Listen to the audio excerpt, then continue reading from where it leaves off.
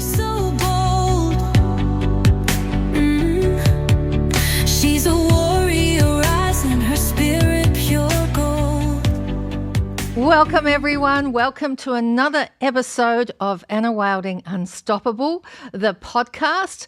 Oh, I've got something so wonderfully delicious in store for you today, and that is humans keeping up with technology. And I'll explain my guest very, very soon. First, I'm asking all of you to subscribe. Please subscribe to Anna Wilding Unstoppable. You can go to annawildingunstoppable.com, the podcast links, iTunes, Good Pods, iHeart, YouTube. You will find us on your favorite platform. So now, I'm just having just looking at my engineer right now. So what are we going to be talking about today? Well, it's really, really interesting. The US government, along with Space Force and the Air Force, plans to build quantum AI into the infrastructure probably by 2027. I don't know if they'll achieve that date. Some say it's going to be quicker. I've spoken to some rocket scientists. They said, yes, it could be within a year. We're almost already there. Some countries claim they are there. But whoever does this first is going to have unassailable power. And we're already in a multifaceted arms race with so many different technologies coming to us. And quantum engineering combined with AI is such a transformative power. And it is going to be highly disruptive. And as much positivity that can bring, there's also going to be some disruption in a way that could be hugely negative, especially in the areas of national security. Of course, anything to do with national security is a real concern. So,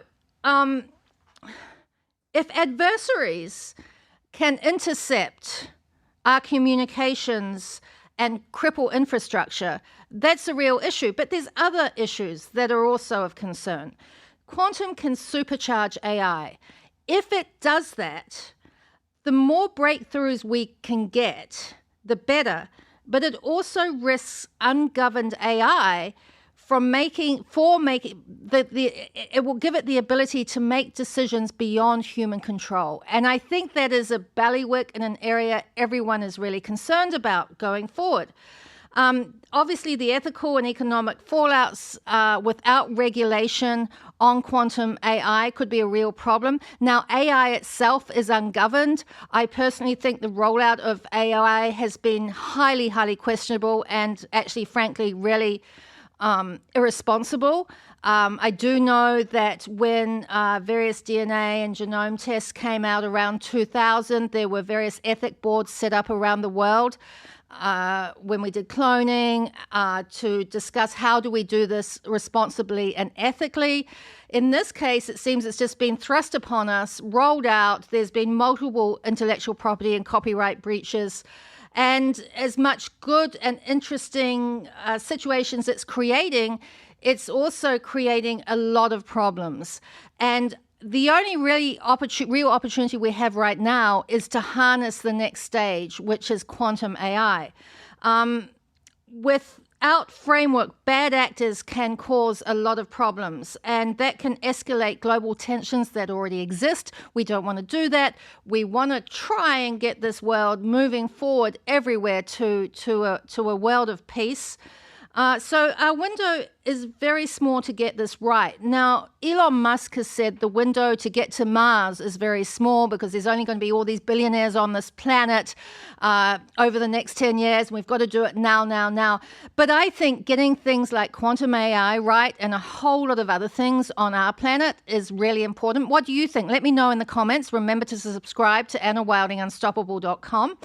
Historically, regulation has always been lagging behind innovation. There is no question. And I wrote in a fun little book in 1993, technology does advance faster than our own personal growth. And by our own personal growth, I mean humankind. So I've brought into the studio today via Zoom a wonderful defense consultant who is going to drill down and help us understand how regulatory frameworks might work and if they are actually being discussed. Kate Jones, welcome. Thank you very much, Anna. It's a pleasure. It's great to be on your have show. you. I did not put my headphones on, so now I've put them on and now I can hear you loud and clear. It's absolutely great. It's a real treat to have you on, Kate. Kate, you have had an incredible career. I'm going to let you talk about aspects of that as we move ahead. A little bit like me, a lot of your career, some of it has been unseen, right? It's stuff that might happen behind the scenes that may not make it onto your main resume, but absolutely fascinating. So we'll talk about some things and you will let us know what you can talk about in the geopolitical framework. First, I wanted to ask you about quantum AI and where we are at with regulation. What do you think? How important do you think regulation is? Yeah, I mean, I think you start with some basic standards, and currently I'm working on a white paper on post-quantum encryption across the Five Eyes. That is our intent, is to give some congressional guidance on what that might look like. Having a framework, we can go into the ethics or we can go into the security side on it. But if we start just with the security, that's always a great place to begin. And having agreed upon standards for ensuring the national security objectives is vital for multiple reasons. One is that we don't drop down something on another government that we work with, and suddenly private sector has to quickly rally and learn the new models, which obstructs business. But then also on the government side, it can be obstructive to government. So having agreed upon standards is a great way to begin. And that's probably the hardest start. Right. So with post-quantum encryption, we're really looking for, how do we protect infrastructure? How do we do our intelligence sharing? And then how do we ensure that there is a sort of operational standard that keeps everybody safe, in agreement, and in business? So I think that's kind of the start point. Yeah. So I have a question, just for people who don't know. Five Eyes is a signal communication system. It's comprised of 5 countries: Canada, UK, Australia, United States, and New Zealand.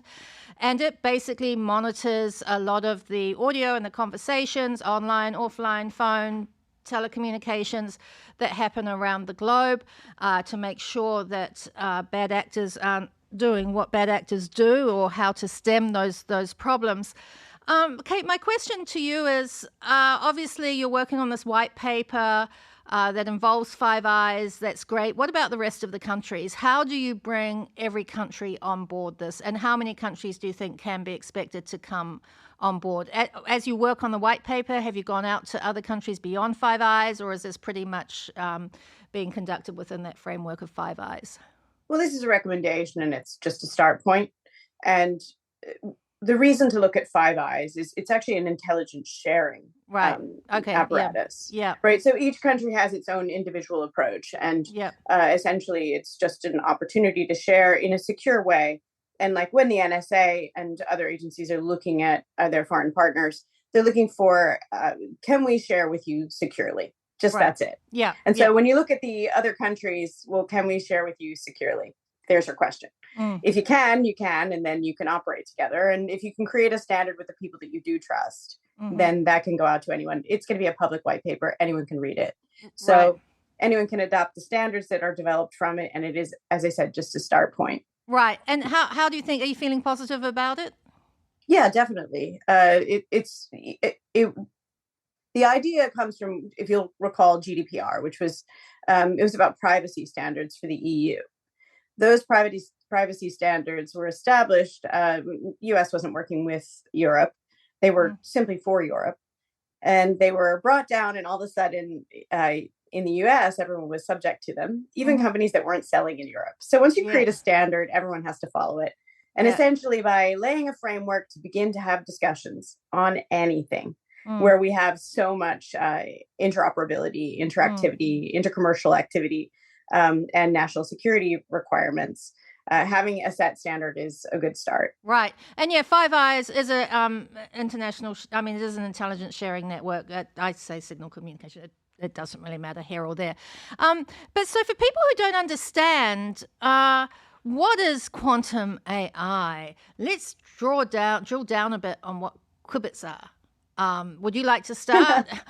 Well, I mean, the AI and quantum are separate Yes, fields. they And are. so if we start with, I'd start with AI, it's easier. Everyone's probably interacted at some point with a chat GPT or some sort of form of AI. Mm-hmm. And essentially, it's a real power suck, AI.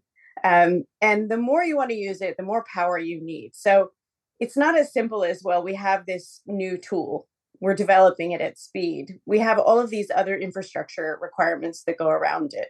Like, step beyond ethics for a moment. It takes tons and tons of power and data centers to run any kind of AI operations. It's essentially a giant brain. We're not at that sort of the true AI where it has full agency. We're operating out of these language models. We're getting closer in some ways. But on AI, when we look just at the language models, one of our big national security threats was that when you look at China, what call it previously maybe an adversary in some ways, and now that's become very clear, especially due to Taiwan, where we're making all the chips, and we are, TSMC is such a critical part of that future in AI, and there's absolutely an intelligence race for AI. So start there and think about, well, we have this entire infrastructure that we have to build. China has 3-to-1 developers. That means they have 3 times as many developers. But the future that everyone perceived was going to come, which, geez, if I don't know how to code, I won't be part of this. We're going to lose all the people in the humanities. They won't be important. This was what has been said and has been out there and discussed for a while. And now, because of LLMs and the ability to process language, soon we'll be able to code without it. And we're starting to already. You can put something into a chat model and you can push out code and You can. use that, right? Yeah. So pretty soon, it's actually the humanities majors will be the ones that do this brilliant prompting and fully understand this sort of wide open space. And they'll be prompting and creating things and collaborating with artificial intelligence and building. And they won't. And the developer suddenly sort of somewhat drops out of that. Right.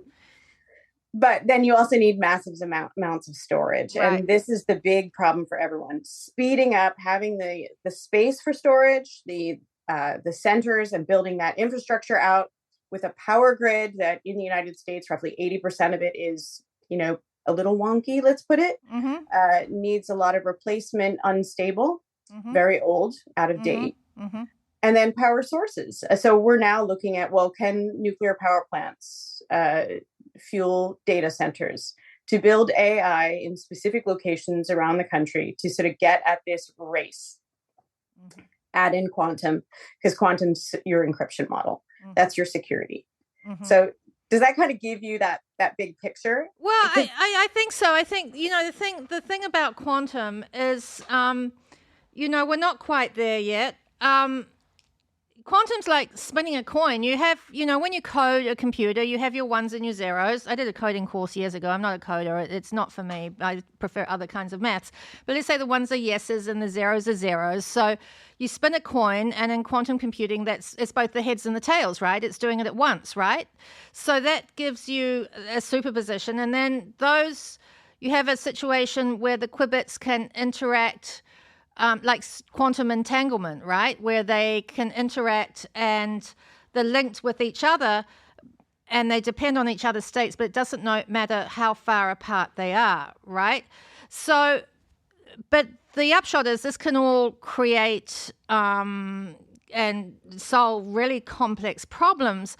The problem is that quantum, it's like the Earth. The Earth has fault lines. It's a beautiful, perfect world, but it has earthquakes and fault lines. And when we're building quantum supercomputers, we're not building something that we're expecting to be faultless in any way. We're trying to build supercomputers that are resilient, right?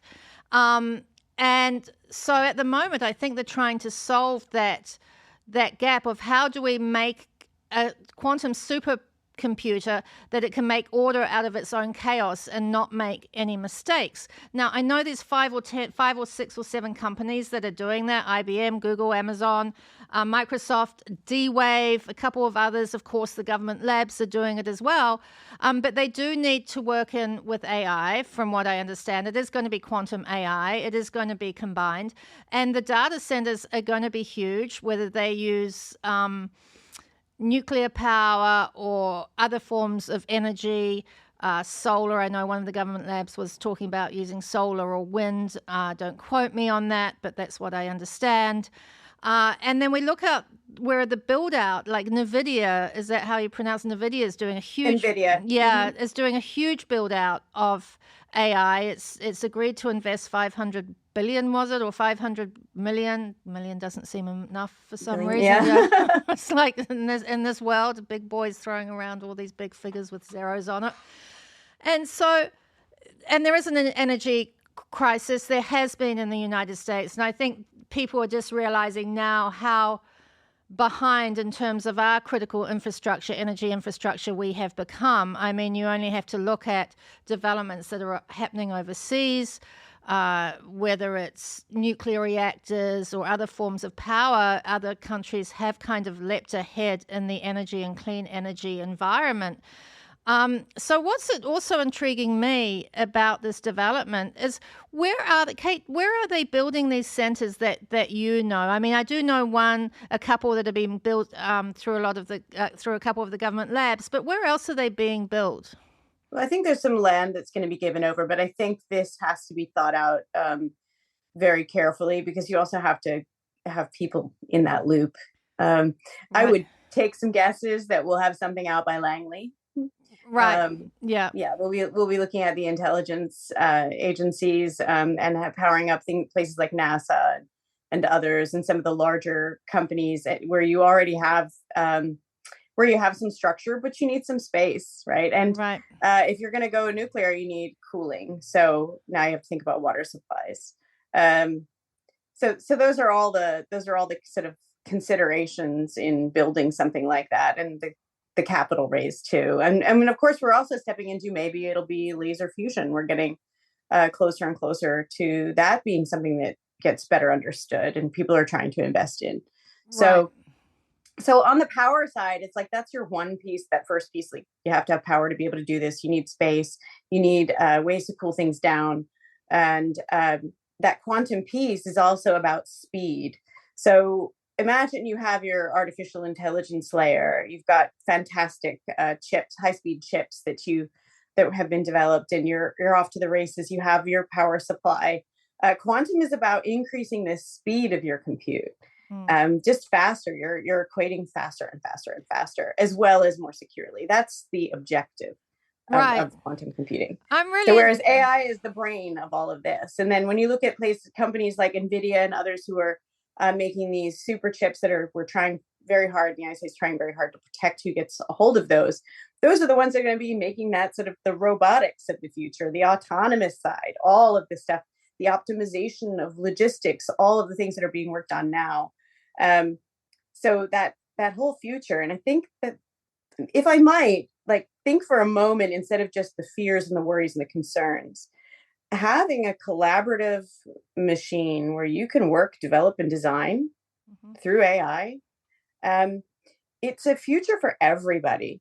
You know, anything you want to write a poem, you want to get better, you want to learn something, you want to have more distributed education, higher qualities of education across the country. So all of these things, a collaborative approach to AI, design, anything you're thinking of, you basically get another brain, and a brain that understands you and works with you and begins to model and mirror you. Yeah, I mean, that's definitely AI for all its better and its worse. I mean, it has ripped off a lot of known authors. I'm one of the people whose screenplay has been targeted and ripped off, one of my screenplays, but not some others. I think they've taken 9,000 screenplays. They've taken like 10,000 books. There's all those issues. They're running through the Ninth Circuit Court of Appeals right now. But the reality is, no one's going to stop ChatGPT. ChatGPT, Grok, whatever it is. Grok, yeah. because they need it to move to the next stage, right? So Yes. all our fights, anyone who owns IP, it's kind of futile. In fact, I've heard Musicians, I mean, yeah, that's really appalling. Yeah, yeah, well, this is the classic problem.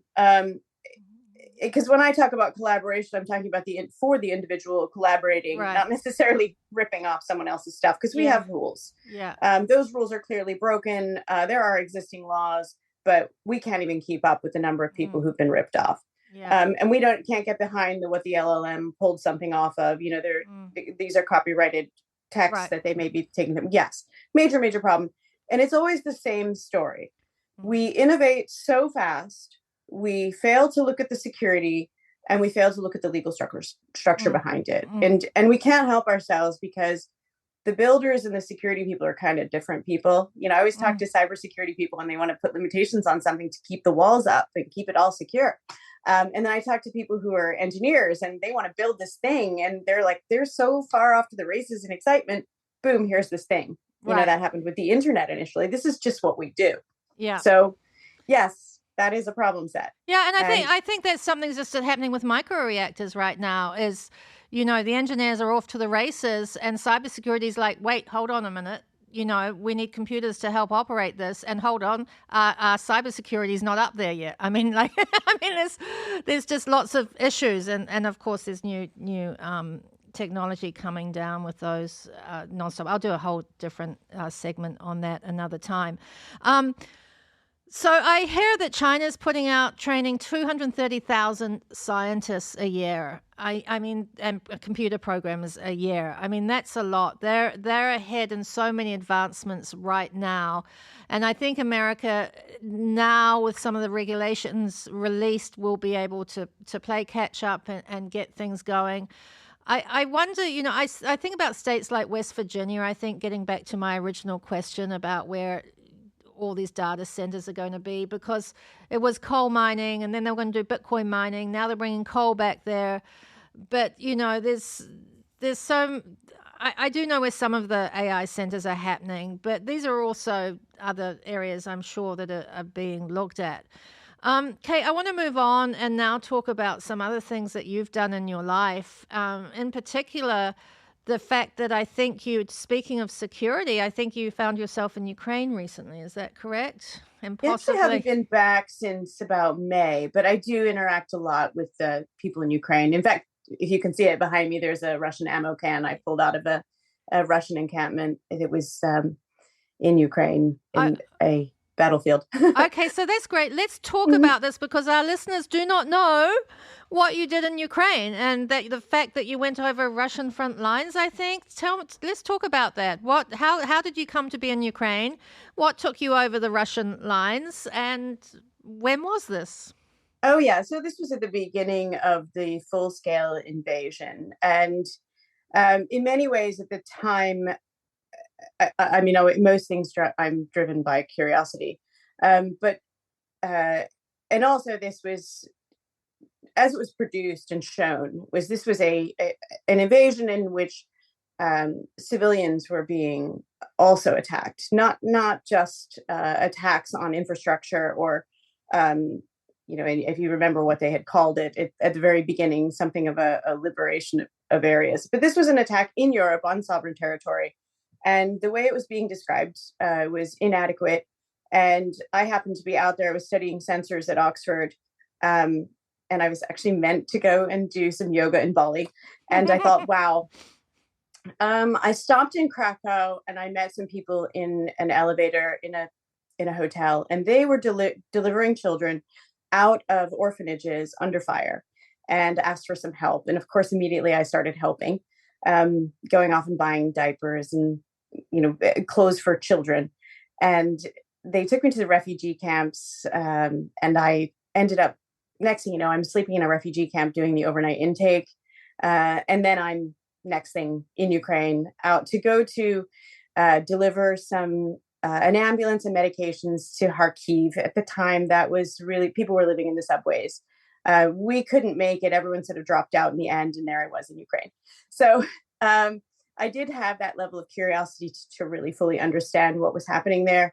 And I spent a significant amount of time And I was out primarily doing humanitarian work and delivering food and fuel, and also just working on trying to help the local population. And yes, we had yeah, I knew a number of media companies and had interacted with them as well. I worked with people who were delivering IED services. Those are the deminers, help bring them in and make introductions to the government. And I got involved in various ways while I was there. It was an incredible time to meet an incredible people. Some of the most creative and compelling people I've ever met, and many of them who are not here now. So, yeah, I hope that explains it to a degree. I probably won't get too deep on some of the things I saw and did there, but very, Yeah. very dear to me. Can I ask what you saw when you went over the Russian lines, or you don't want to talk about it, which Oh is yeah, fine? sure. I mean, that was easy. Yeah. The thing is, it sounds more significant than it is. There's a very long line, and it's Right. porous. Yeah. And we just happened to be there was a UN depot, and it had formerly been a place where people had brought goods and blankets and things, just had been servicing it. And since 2014, they had no electricity. So we took a van in, we got shot at. I remember my friend Justin said, "Are we being shot at?" And I'm like, no one's bleeding, no one's screaming, we're good. Um, so yeah, I figured they probably had bad aim. No problem. And we delivered van loads of blankets and fuel and food, and that was to everyone. I mean, they were probably Russian sympathizers and Ukrainian sympathizers, and these are just people stuck and trapped in war, which you frequently would see. These zones where people didn't have the ability to leave were, still people like where many of my colleagues were in body armor and armed, and there are people riding bicycles because they're just at home. They don't have the ability to just pick up and leave, and that's the tragedy of that whole space. Is just there are people trapped there, and I don't know how many now. But we don't talk about humanitarian aid corridors, but we sure should. Yeah, we should. And I think it's one of the awful things about war, isn't it? And, even in World War One, we saw this. They took a Christmas day and all sides played soccer or something with each other, because at the end of the day, a lot of these wars are between governments and territories. It's not between the people of every country, right? And the people of every country just go through these massive events that are Yeah, well, it absolutely gets that way terrible. pretty fast when you start losing people and you're defending your home. And I think that's something that happened for the Ukrainians. There had been a lot of integration in Ukraine between Russia and Ukraine. That quickly melted away Right. in the full-scale invasion. The sentiments were very clear. Things were very easily drawn. And some Russians actually came over and were on the Ukrainian side. That's not to be forgotten. So, this one's different, I think, because it's sovereign borders, and there's a lot more clarity and sense of this is my home. Right.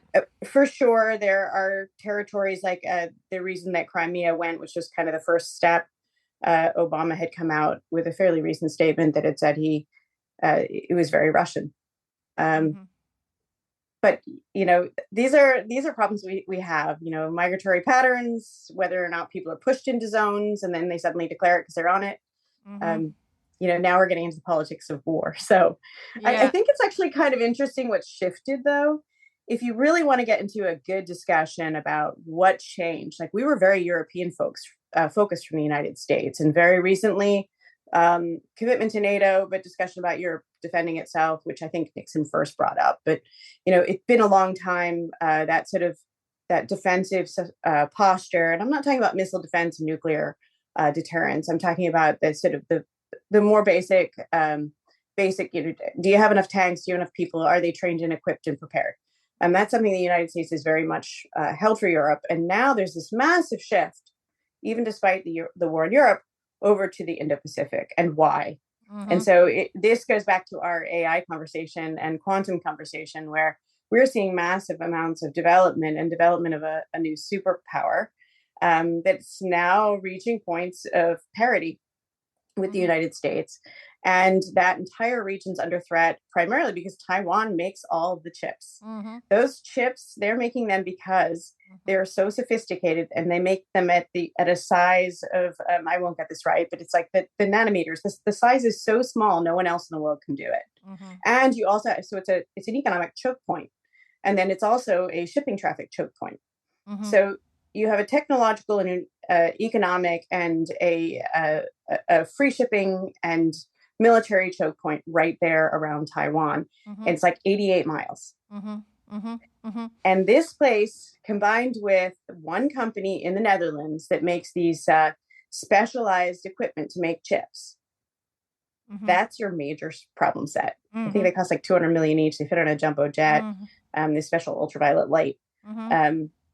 To make these chips. And so this is like the power structure of the globe right now, is the chips that are made in Taiwan at these specialized factories, one supplier in the Netherlands that can provide the equipment to make the chips. And then over in the United States, these big companies like NVIDIA, who you've mentioned, that make these super computing capabilities that everybody needs. And then you put that all into, now we have this choke point. And that's why the shift has gone away from Europe. And that's why, right. And economically, how do you protect that region? Do you protect that region? And you see this sort of race to be able to make things here in the United States. NVIDIA, I think, just made another investment in the factory that's out in Arizona. But that's going to take time. Well, it's going to take time, and even the protection of that region in Taiwan. So the AUKUS agreement was just signed fairly recently, as you know, between Australia and the United States and the UK, and that is to help protect that region. And now, of course, the finding that there's a lot of regulations that the building that they were planning to do in Australia of the submarines and new technology there to guard some of to guard this region has been delayed by more regulations. So they might have got the ships in, but not the regulations to build certain technology and train certain staff on that technology.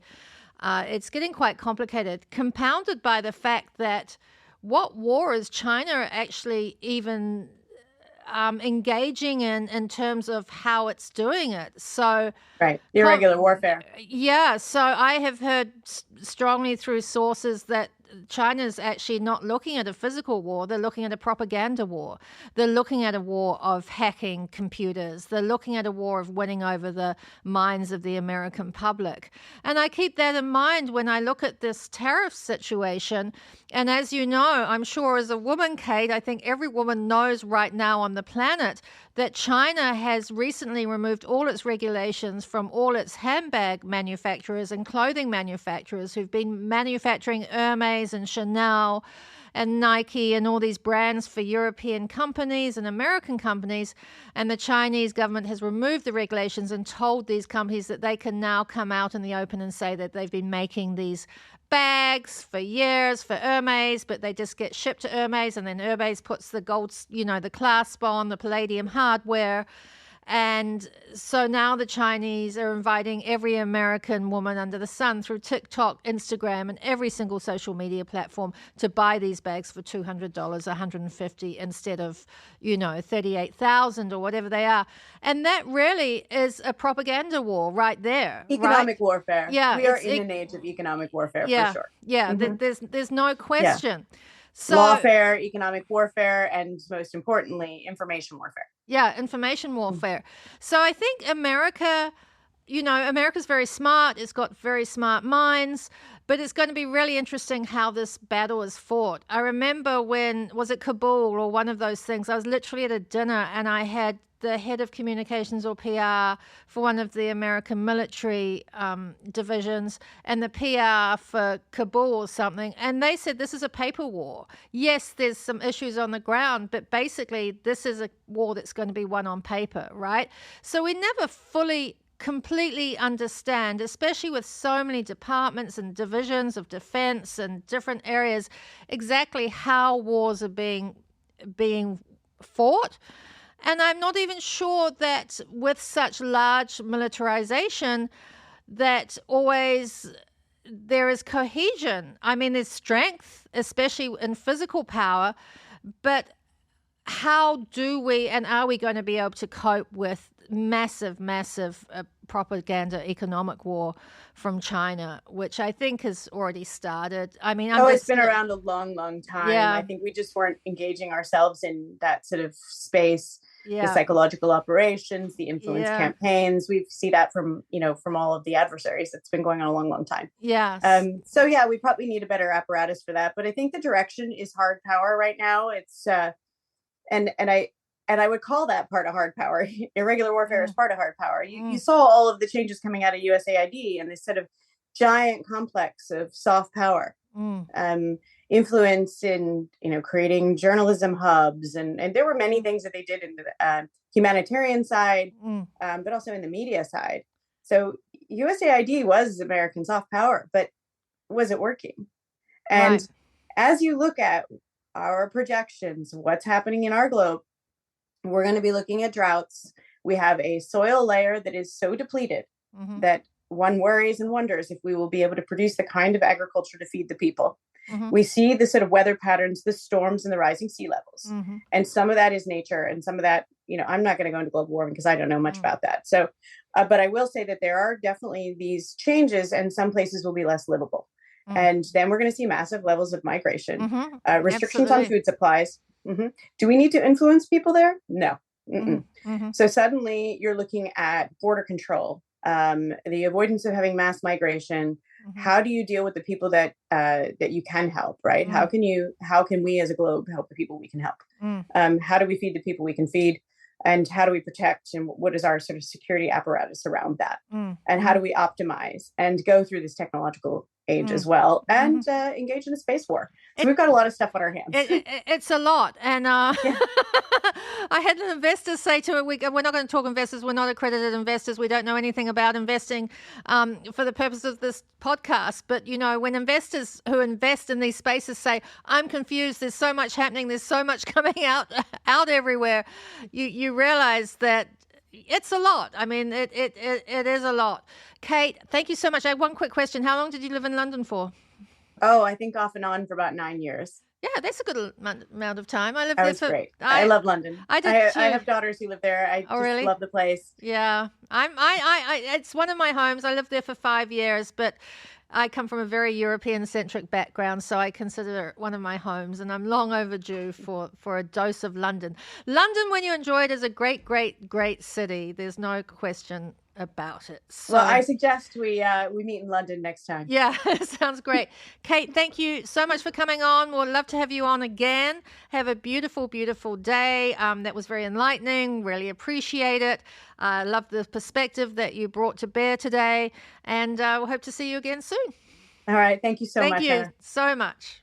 Bye. Again, thank you very much. Thank you very much for Kate Jones to coming on today. You're on Anna Wilding. I'm on Anna Wilding Unstoppable. You're listening to Anna Wilding Unstoppable. Sign up, subscribe.